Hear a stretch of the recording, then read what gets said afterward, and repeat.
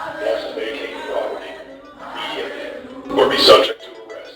Multiple people were arrested tonight at the Capitol following a sit-in at Governor DeSantis' office. Their goal was to meet with the governor to discuss a legislative session that they say is attacking minority and LGBTQ plus communities. Wake up, Florida! We're wide awake! The activist group Dream Defenders says their rights are under attack during this legislative session. Rights related to education, voting, housing, and more. In response to bills this session targeting diversity and inclusion, the Dream Defenders staged today's sit-in. Ashley Green, an organizer with the Dream Defenders, says they would rather be spending their time in their communities, but they feel the protests are necessary. People are trying to figure out how to pay their electric bill. People are trying to figure out how to put food on the table. And we think that's what our politicians should be focused on. What keeps the lights on and what puts food in people's mouths, clothes on people's backs, not what can divide us across this country and across this state.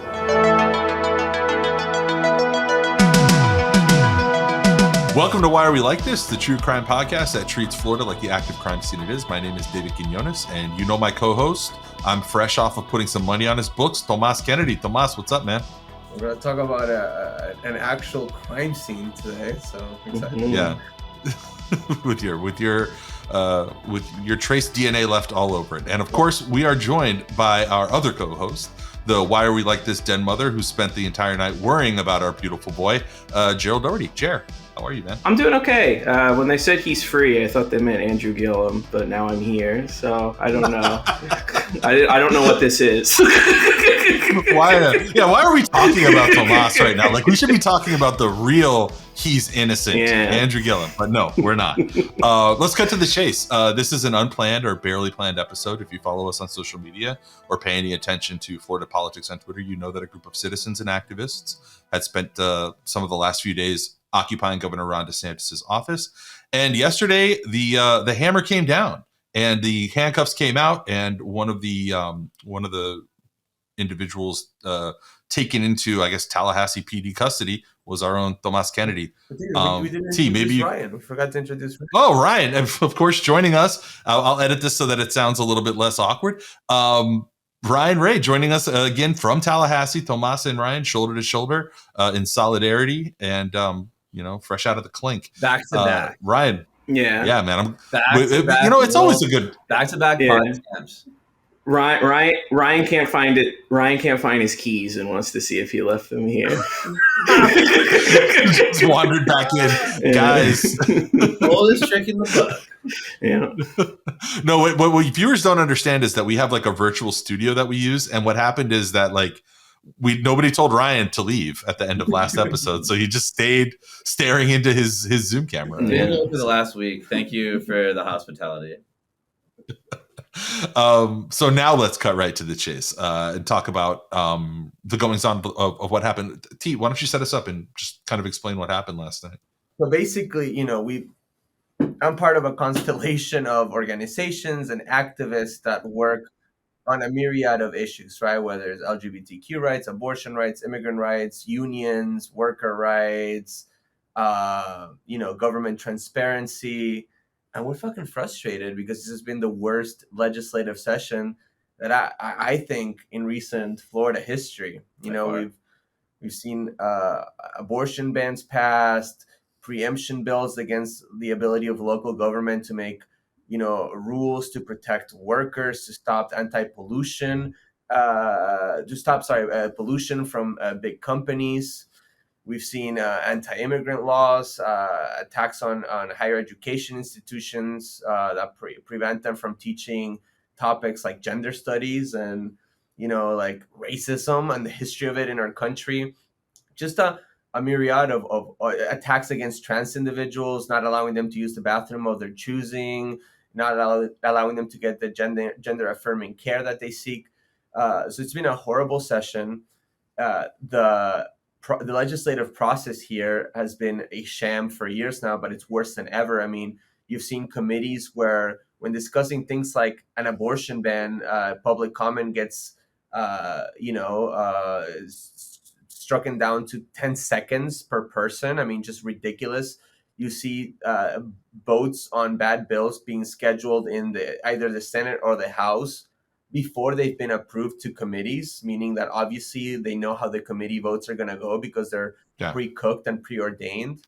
It's a farce. And we wanted to meet with the governor. We want to meet with his office, and as constituents, tell them like how harmful these bills have been, how harmful these practices are to our democracy, and just ask them to please tackle issues that Floridians are facing, whether it's the property insurance rates that we have talked about in this podcast, unaffordable rental and housing costs, the lack of public transportation, the sabotaging of public education, all of these things that are leading to a decline of quality of life here in Florida.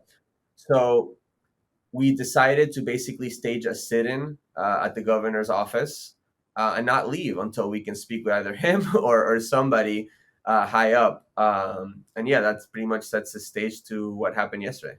So describe to us like how for those of us for those who are listening and didn't catch on to the euphemism the euphemisms that we were using at the beginning of the episode, like so many of these kinds of actions, it resulted in arrests. Tomas was arrested, booked, right? You were you completely booked into I guess is that what county, Collier County, or I'm sorry, what Leon is it? County? Booked.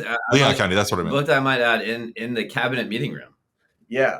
So basically, it was about over 100 of us, I'd say, from different organizations that basically we walked to the governor's office. We lined up in the hallway leading to the entrance, and then about 14 of us sat down and blocked the entrance. And it was really just really, like, not shocking, but just I would say outrageous, seeing all the lobbyists, right, and the special interest hats, the men in suits that were walking in and out of there throughout the day, and at some point who do have access, who do enjoy access. At some point, we actually obstructed the entrance, so they had to find other ways of getting in there.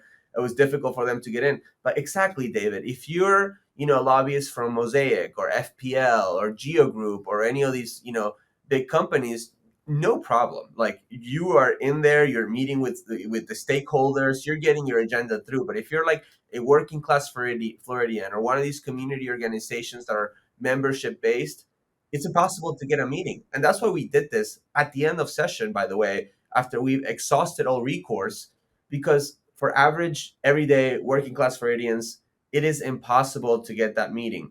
So basically we were there from about, what time would you say, Ryan? From 1:30 p.m.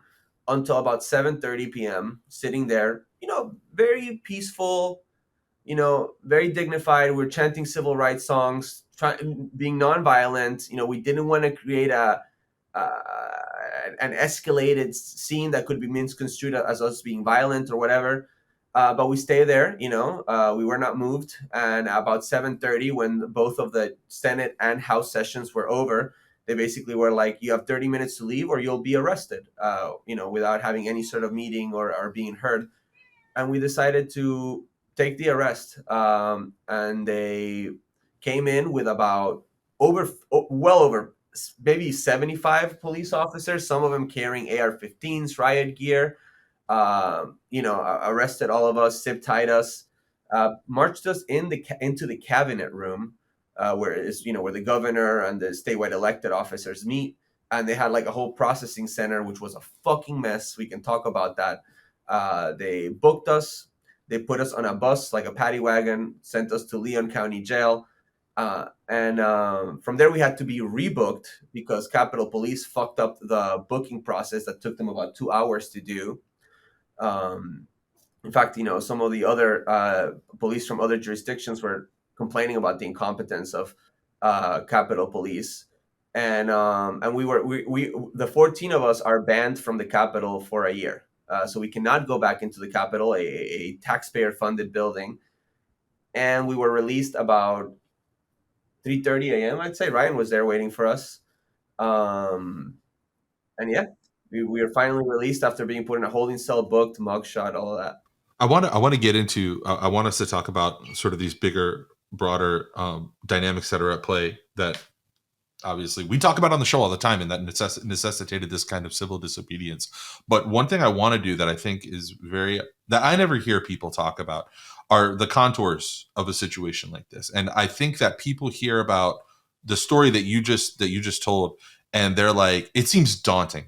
People who maybe are thinking like, how do I affect a change? How do I at least go down in flames, fighting, Right. swinging, And I can say personally for me, I was a journalist for a long time during those formative years when people are doing those things. And I never could never, be a part of something like that. Would have violated like 20 different statutes in my employee handbook. And I just wonder, like, can you walk us through, like, how are those decisions made when you guys are like, you know what, we're going to accept it. If they come and arrest us, we're going to do this. Is that a decision that's made beforehand? Are there some people who maybe have dicier records and are like, you know what, no, guys, you do it, but I can't? Or like, how do you guys go through that, that pro con of like what you do, like how you make the decision of going down when like you're that? involved in advocacy organizing, a common term that's used is called the arc of escalation, right? And that's dependent on like the tenor, the tone, and the needs of your campaign. And yeah, when a lot of us different organizations were preparing for legislative session, we sort of drew an arc of escalation that involves how hard do you want to go at any point, right? Whether it's just like being respectable at a committee meeting or staging a protest at a district office, putting out radio ads or TV ads or newspaper ads. How hard do you want to go against your target? And we there was a consideration for doing civil disobedience because of just how aggressive and how violent and harmful this legislative session was. And I think we held off because there was a lot of organizations that managed to amend different laws to make them less harmful. For example, the immigration bill that we talked about with the Florida Immigrant Coalition, the provision that made it a felony for having an undocumented person in your home or car, we managed to take that out. Still a very harmful bill, but that's a good thing, right?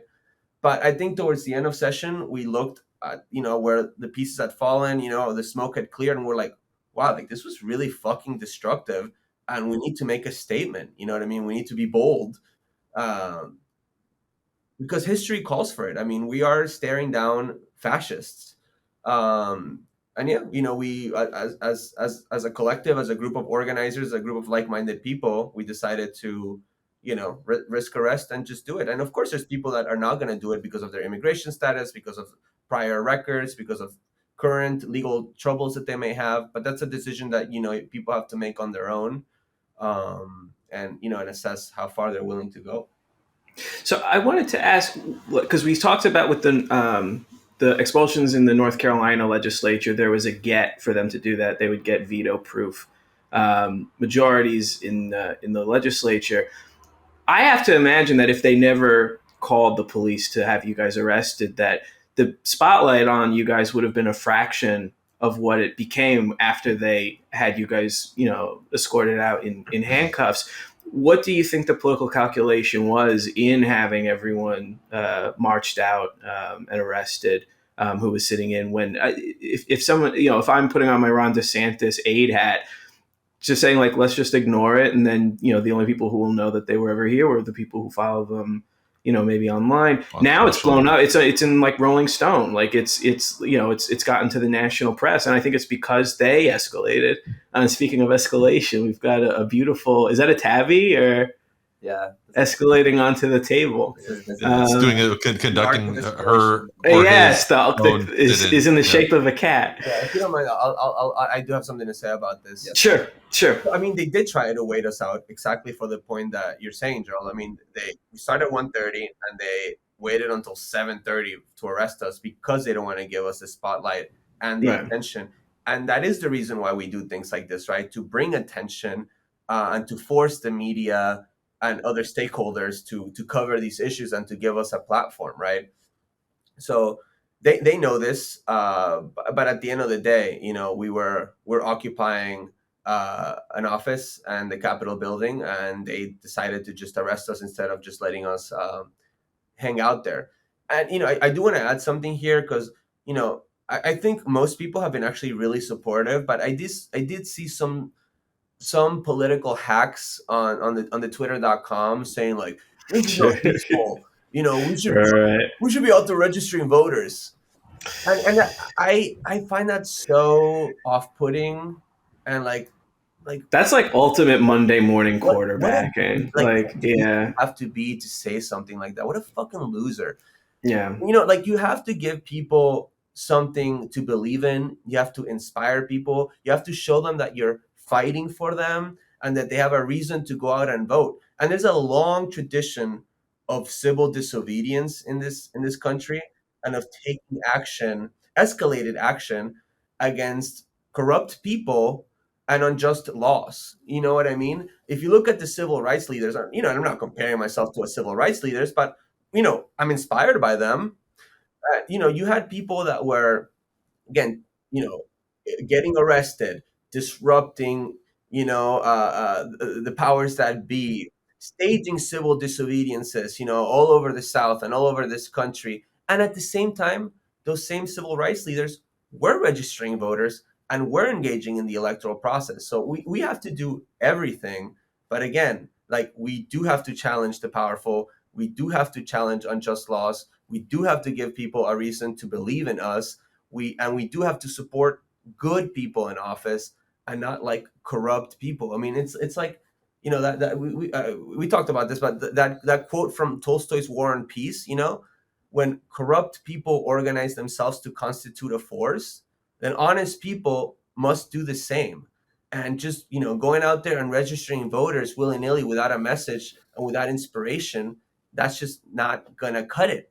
Especially when you're staring down, and I'm sorry, I don't think I'm being hyperbolic, fascists who are denying people's existence, who are engaging in some of the most corrupt pay-to-play practices this state has probably ever seen, who are squeezing working people, literally like tearing the copper wire from the fabric of our society to extract profit from Strip mining everything. everything. You know what I mean? Like, no, like, we have to take a stance, and we have to show these people that we are not going to take it. And also, like, not to harp on whoever this person was, but I would put, I mean, knowing just some of the names of the orgs in the coalition you're talking about, I would put the work that they do in communication, in community engagement, up against any. I don't even know what org they represent, but but Jerry, that almost feels like the trap, right? Because then all of a sudden you're in a conversation about like virtue, and like you're like all of a sudden it becomes a tit for tat, and that's not what I'm trying to get to. It also betrays a complacency that this is someone who can probably already see 2024 and can see themselves surviving. Obviously, like, for people who don't know, my brother is trans. I've read the gender affirming care bans, and like, what, I don't know how anyone who's trans is going to make it in Florida. Like, I just straight up don't. Like, they're going to have nowhere to go.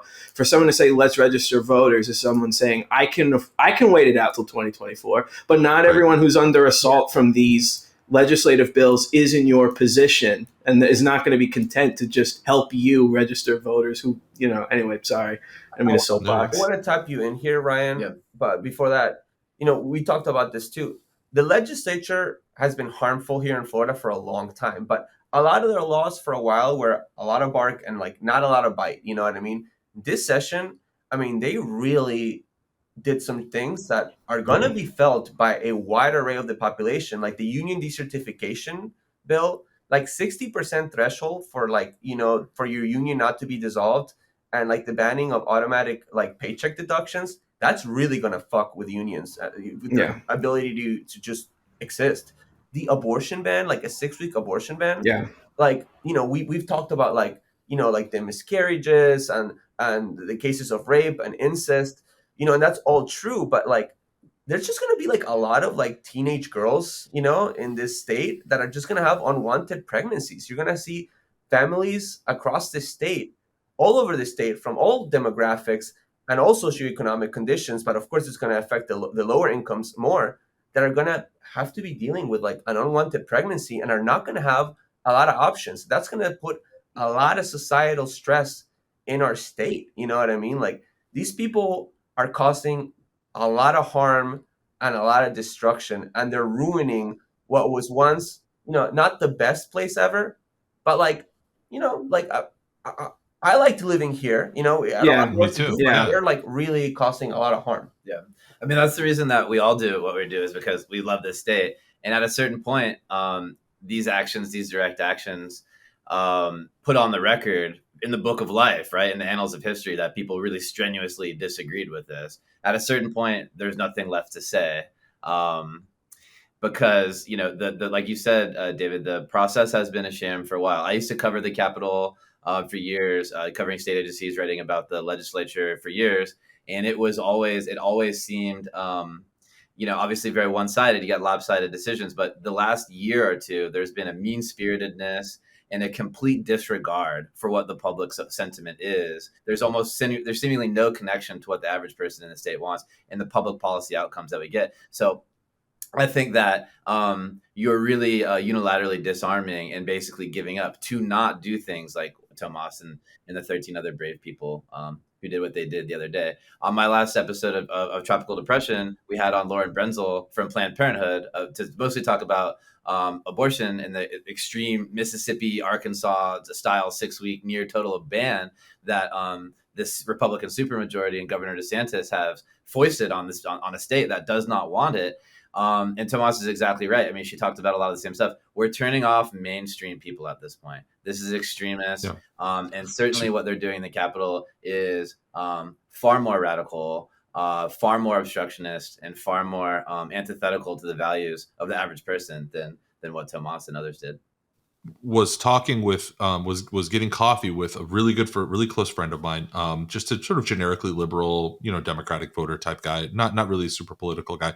This morning, and his rejoinder when I was talking about just the state of things, because we do talk politics, culture, whatever, and he was like, nah, that's not going to happen, man. Like it's all going to get caught up in the courts. That's what always happens. And I told him, and I haven't mentioned this on the podcast, but our family right now has a close friend, who had to book a flight to New York for an abortion. Because in practice, whether or not the law passes, or it's before a judge, or it's pending, or any of these statuses, that all of these squishy statuses where nobody really, by the way, its own problem, where nobody really knows what the fucking law of the land is. The ambiguity is itself harm. The ambiguity itself is a harm.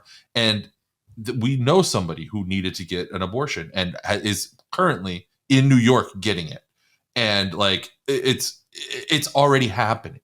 These things are, whether or not they're in effect, practically. I was talking about this with somebody else. I hear that so much, it's unconstitutional.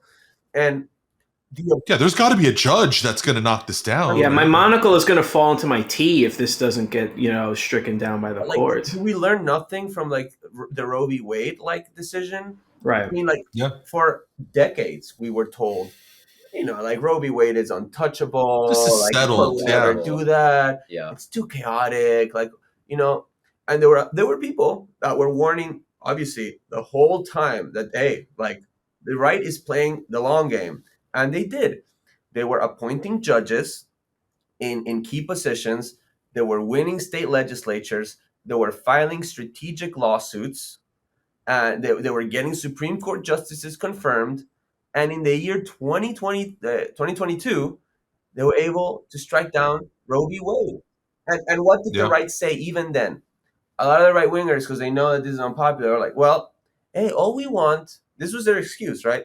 All we want is for states to be able to pass laws that are culturally and politically in touch with their population. This is more democratic. But then what the fuck did they do immediately after it was stricken down? They filed a national abortion ban at the federal level. Lindsey Graham did it. I was in D.C. when they had that press conference in Congress. So that's all bullshit. If they had the numbers, which they may very well may have in the future, they would fucking do it at the federal level in a heartbeat, because they want a complete and total national abortion ban. So that whole fucking the courts and blah blah blah, I don't buy it at all, because I've seen it. You know what I mean? And so much of the judicial game is like luck, right? Like where is your like lawsuit going to end up with, in front of which judge? You know what I mean? It's like a really dangerous game. Yeah. And one more point, if I may, when you talk about tactics and what's a good place to intervene, we've seen like Amendment 4, we've seen increases in the ability for people to register to vote, but at the same time, we've seen an absence of a platform, of a real alternative, any vehicle to kind of be the opposition to the monolithic Republican preponderance supermajority that they have in our state government. Without creating it through actions like this and signaling our values to people, that doesn't really go anywhere.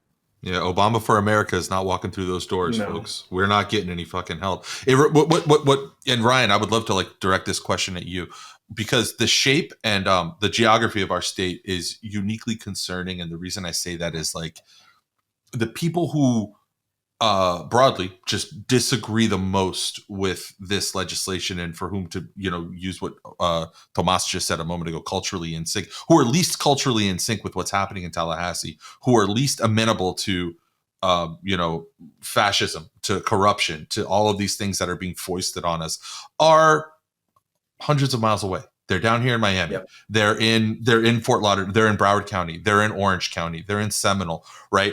And while we are experiencing this as like sort of creeping authoritarianism, creeping fascism, to me, and I hate this fucking word, but it really feels like up there in Tallahassee, you guys are kind of seeing just like, I hate this word, but like a Kafkaesque type of government, right? Where you can sit in the governor's office for 24 hours straight and not see him, but like see 1,000 different movers and shakers go in and out, and you, apart from, forcing yourself to get arrested, you might as well be the dirt on their shoe. Yeah. It doesn't matter. And it really does feel like classic Kafka, where it's like, what are the machinations behind these doors and these walls that I'm not allowed to look behind? What is behind this opaque structure that's forcing all of this shit down our throat? And it must feel like up is down and like there's no gravity in that city, because it's so weird the way that we have our state capital so far away from where the people are like affected. I know that Tallahassee is a decent sized city. I'm sorry, the majority of our population is in those places that I mentioned earlier. Yeah, definitely. It's disconnected. You're definitely. I've got my copy of Southern Politics and the State of Nation by V.O. Key. Who, it's funny, there's nothing new under the sun. He talks about this. This is a classic monograph study of Southern politics, and a great chapter on Florida called "Every Man for Himself," and it's about how, in many ways, so there's structural stuff, and then I'll get more programmatic. One, our urban core is like, so in Georgia, you have a city that dominates, or in New York, in Georgia, you have Atlanta that has an urban core that it can really be almost a majority if done right. And you've got a surrounding state full of exurbs and suburbs and towns and rural areas that are less populated. You see the give and take there. Yeah. Here, really, urban dwellers are a clear majority. Democratic oriented urban dwellers are a majority, but it's diffuse. And well-known people in Jacksonville are totally unknown in Fort Lauderdale. Miami politicians, that people here, I'll tell you what, in a democratic city, urban-oriented city, very familiar with the public sector and pretty well-educated and well-versed in politics, we have no sense of what is going on in Tampa or Miami-Dade politics. That's a big problem. That's a structural. The divide and conquer strategy absolutely has stopped. Again, and it's been going on for decades. A lack of a cohesive body politic or political culture that can stand up to this leads to minority rule. Because say what you will about the Republican Party of Florida, but it is a well-developed thing that is cohesive and consistent with itself. Sure. And a minority that's well-developed and well-funded enough and dedicated enough to abusing the rules to disenfranchise the other side can win. And that's what we're seeing here. I also think that I take heart in that, and knowing that a majority of people disagree with what's going on here. I do have a suspicion that they have overplayed their hand, and that if we get ourselves together, 2024 and 2026 can yield better results. And I'm glad to be working with folks like to get there. Yeah, I mean, to your point, it reminds me of like, I don't know if you guys might be too young to have seen Chasing Amy, but where they draw the $20 bill in the middle of the street, and up here is the Republican Party, an effective Republican Party of Florida. Over here is a effective Democratic Party, Florida Democrats, and here's Santa Claus and the Easter Bunny, and which one gets the $20? It's the Republicans, because the other three don't fucking exist. And like that is, I mean, I butchered the joke, but like that is kind of how it feels. It feels like rooting for the fucking Easter Bunny. It is the eternal. It's the real contest of sides is basically, I see it, the Republicans versus the Democrats over the past 20 years since Jeb Bush, right, since 1998, has been a battle of something versus nothing. T, how do you harness, like, okay, we're outlining a problem here, and when you like look at the solution set, how do you harness that heat that you have right now, or that your group, that this group that you're a part of has, that Gerald mentioned a moment ago about, like, you know, the media, the spotlight, the little, you know, short attention span, Adderall ridden media brain, for just a second it's paying attention to you. Like how yeah, I mean, how do you harness that and make something useful out of this moment right now? I mean, I see my role a lot as a communicator, so just like trying to inform the public through my modest platforms about everything that's fucked up in the state and how they're getting screwed over.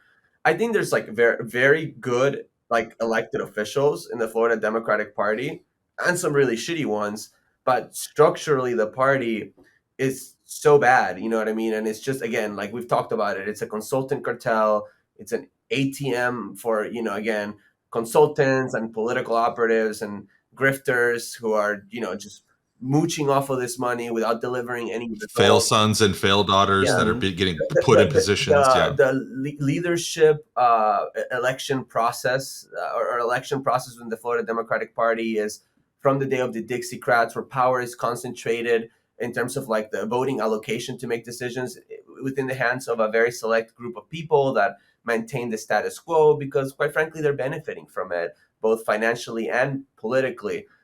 So it's very difficult, you know, but, you know, we have to reform it, you know, and I think it involves reforming both the rules of the Florida Democratic Party and cleaning house off of all these like ineffective grifters. Another thing, you know, I used to work with for the Service Employees International Union at what's called the State Council, which is basically like the umbrella that connects all the different local unions that work, you know, in like hospitals and the airports, you know, and represent janitors. You know, they're like sort of like the overarching structure. And we had a really good program back in like 2016, 2017, where you had like regional teams. You had a team in Miami-Dade, in Broward, in Hillsborough County, in Pinellas, in Duval, in like the big areas. And they had a handful of different organizers that focus in different areas of those counties with like an organizing lead. And they were there year round. We were there year round working on community issues. You know what I mean? Political, they could be political issues, right? Like political campaigns, but they were also like, it could be like, you know, talking to the community and finding out that they need a new park, right? Or like, I don't know, like coverings in like bus stops, right? For people that were like workers that were like having to stand under the sun waiting for the bus. Could be a myriad of things. But the thing is, we were there year round talking to people, organizing not them, but with them. And then during election time, of course, we would mobilize to support the candidates that the union endorsed. But that was not our main purpose. You know what I mean? Our main purpose was to create a community union is what we called it, and community presence. And we would tap in a lot of like the worker union members from the local to come canvass with us and support our things, both whether we had like action supporting, you know, an issue or a campaign, or to come canvass when we were supporting an electoral candidate. And the reason why I bring this up is, and Ryan, you've been involved with the Florida Democratic Party too, a lot of like the way that like the Florida Democratic Party staffs and organizes their organizing is through hiring, you know, like organizers to do like an electoral cycle, right? They'll hire them 4 months before an election at best, and they'll just have them sign up people for vote by mail or register them to vote, right? Or do get out to vote. And within 3 months of an election, you don't really build like a relationship with anybody. You're not known. That's no window. That window is so small. As somebody, you know, that's like trusted and looking out for people, you're just kind of seen as a nuisance a lot of the time, and people kind of roll their eyes at you. So I think that the Florida Democratic Party needs to move towards that model, right? of like hiring good organizers, giving them the tools to succeed, good pay, good benefits, trying to cap the turnover, because that's another problem at the FDP. So much turnover. Yes. I mean, you see like new faces of organizers every year, and I don't blame the organizers. Of course, they want to go and get other jobs, and they're hired seasonally. It's not the organizers' fault and the staff. It's how everything is structured. But we really need to move, again, it's a cliche, but to year-round organizing, retaining the staff, creating presence for them, having them be trusted in the community, and not just, again, I'm not like discounting the electoral, going back to like something that we talked about earlier in the podcast, but it can't just be that. You know what I mean? We are in politics and we work in elections because we want to gain power to effect change and drive a political agenda. I don't know about me, I don't know about y'all, but I'm really not in this just for power's sake. You know what I mean? I want to get something done. And what I want to get done, I think, helps people, helps working people. But I haven't seen that happen at the Florida Democratic Party. I haven't seen that rigor and discipline in terms of how we structure our infrastructure. Yeah, I haven't either. As someone who's worked in the building and worked around it for years, I remember hearing something about opening regional offices to build these kind of relationships like Tomas talks about, probably for the first time, maybe the 2014 cycle or before. That's never come to pass. We see a structure, and I don't mean to beat a dead horse, talking about the state party. Maybe that's double entendre, but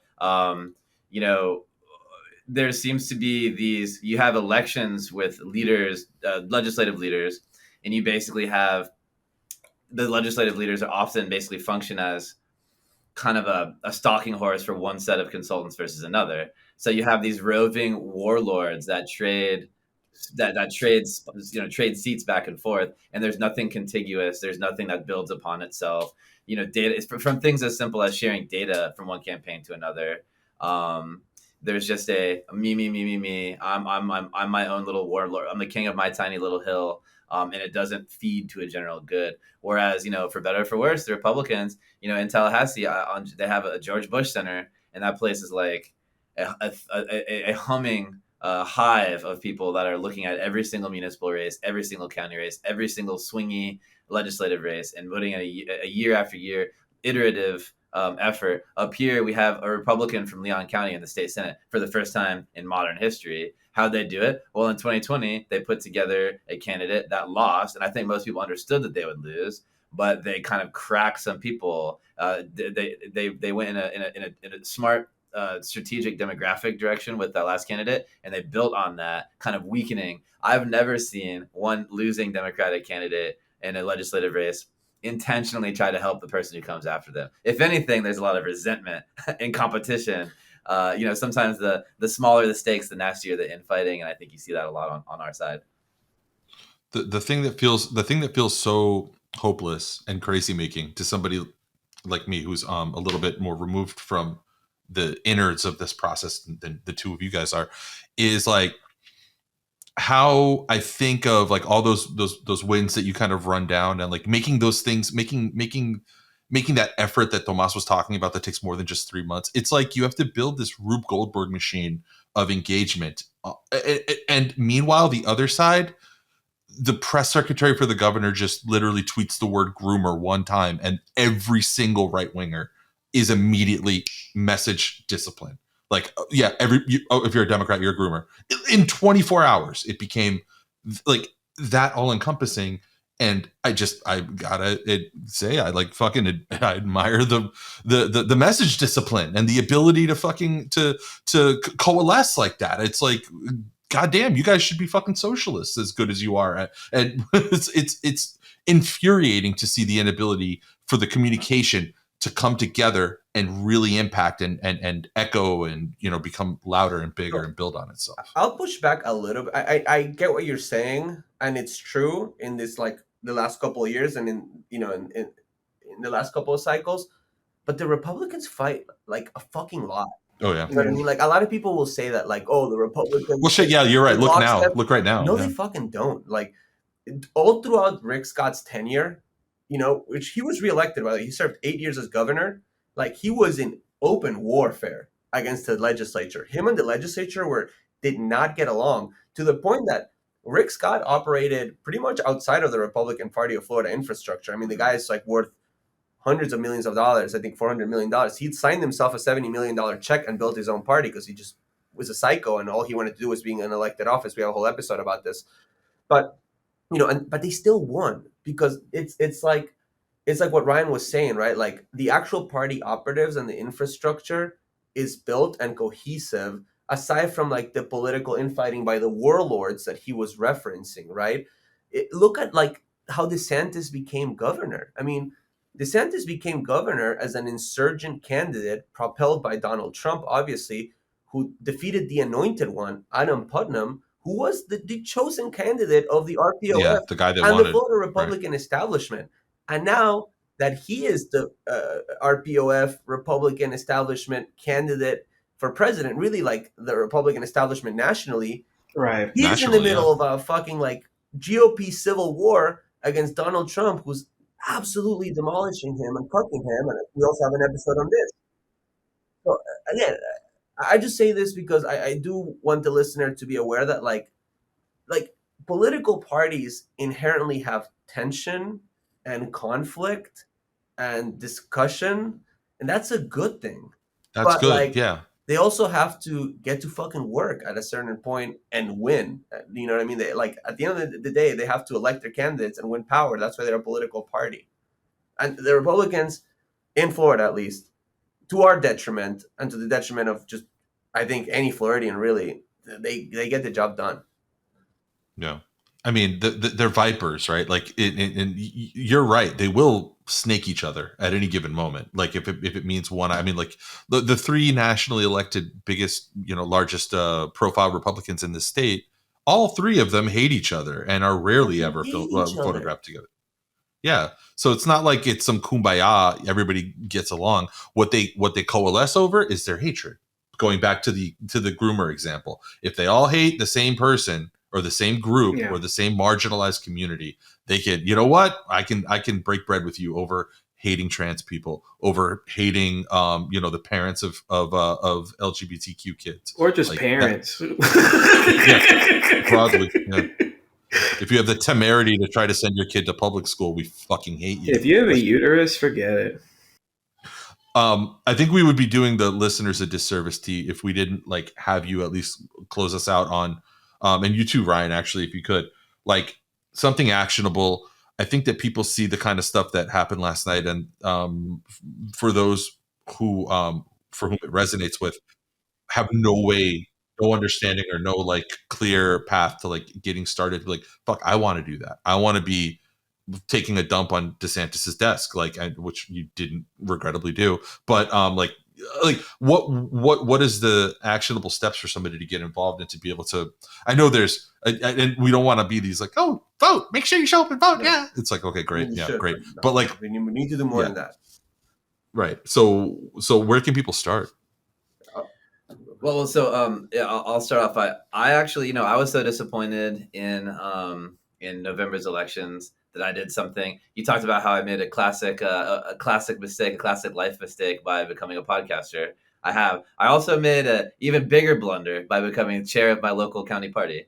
I ran for Leon County DEC chair and won in December, and so I'm directly intervening here. Leon is a blue county. We're a blue dot up here. It's a liberal college town with a lot of state workers and a lot of communal civic minded people. The election night joke about Leon County is always like somebody posting a picture of it and being like, "This is me at Thanksgiving dinner." Like, it's just like. That's right. But so I felt like we needed to run up the score even more. Obviously, we're always blue. I think we voted for Obama like 68% or something in 2012, and that's about where we're at. But we need to run up the score. And so I've been working with my little sort of progressive local government insurgency with Commissioners Jeremy Matlow, Jack Porter, and others. And I decided to step up and become part of that and push our party in a better direction. And so far, we brought the party back in person for the first time in years. And we had Rich Templin from the AFL-CIO take us to church in our first meeting. Last month, we had Anna Eskamani a 30-minute exegesis. I felt like I was watching, Miles Davis in his prime, just going off at the height of her powers. That was amazing. We had Ion She's going Sancho. full Jimmy Butler. Yeah, right. Yeah, exactly. She's the Jimmy Buckets of legislative politics. And just giving people, we had Ion Sancho, who came to prominence in the 2000 recount. He was a longtime supervisor of elections here. So anyway, just giving people, creating a forum, leading by example, and creating, bringing that discourse to the people, and giving something, kind of showing people, like Tomas says, showing people that there is someone out there is a vessel for their disagreement with the status quo, and trying to deepen that political discourse. And I think, like I said, it's all out there. The majority that we need is out there. It's all about bringing it together and making it operational. So I've made steps to try to do that where I can with the in the area I have some say so over. Yeah, and to toot your horn a little bit, like the state party should be like tapping people like Ryan and Jeremy, for their know-how. I mean, people ask me, where should the Florida Democratic Party start, right now? Build a bench. Go local. Go very local. Marco Rubio, when he started out, he was just like a punk in the city of West Miami commission, a very tiny commission. These folks here in Tallahassee, in the belly of the beast, you know what I mean? In the cesspool that is the state capitol, you know what I mean? A disgusting center of lobbyists and corruption and special interest. They've managed to acquire 2 out of like 5 city commission seats and could possibly get 3 in control. You know what I mean? Like, that's power. Like, that's actually winning. That's getting governing control. But going back to your question, David, I think kind of, again, piggybacking what Ryan said, and, you don't have to do it at like becoming the chair of like a county party right away. I mean, that takes time and effort and organizing and networking. But you got to find a political home. I mean, it sounds basic, but figure out what issue motivates you, whether it's immigration or racial justice or labor rights or reproductive rights, whatever it is. Find a political home, find an organization, find like-minded people, and get involved. And, if you're listening to this podcast, like, message us, contact us, and we'll like link you. I mean, we know people from all over the state that work on these issues. We'll connect you, but you can't do it by yourself. Of course, you should post. Of course, you should let people know. You should make your voice heard with whatever avenue you have. But at some point, we're posters. Like, we love to post, but at some point, you do have to like step outside and like meet other people and like organize yourself into a force, right? Into a constituency. So I think that's the first step for anybody wanting to take action. Find your political home. Yeah, I miss the people in Florida, especially Miami. I think I met some of the best people I remember going to meet, but just like this is not a way to live. Just like like having to think how much worse can it get, and then even that surprises you. This is no way for anyone to live, So do something, guys. Like Tomas said. I mean, I just want to say, like, I'm really honored to know you, man. I really am glad. Like, you're my friend and everything, and it took some courage doing that. I really appreciate it, and I think that people who feel the same way that we do about what's going on in this state appreciate it too. You speak for a lot of people, David. Well, likewise. Yeah. I mean, you're all comrades and friends. It's an honor to know you all too. And yeah, I mean, I'm happy to do it. I will do it again, and we have to do it because again, these people are ruining our states and they're ruining people's lives, and we just have to say enough. So get some rest. Go lay down. Go get a little bit of shut eye. Touch grass. Go touch some grass.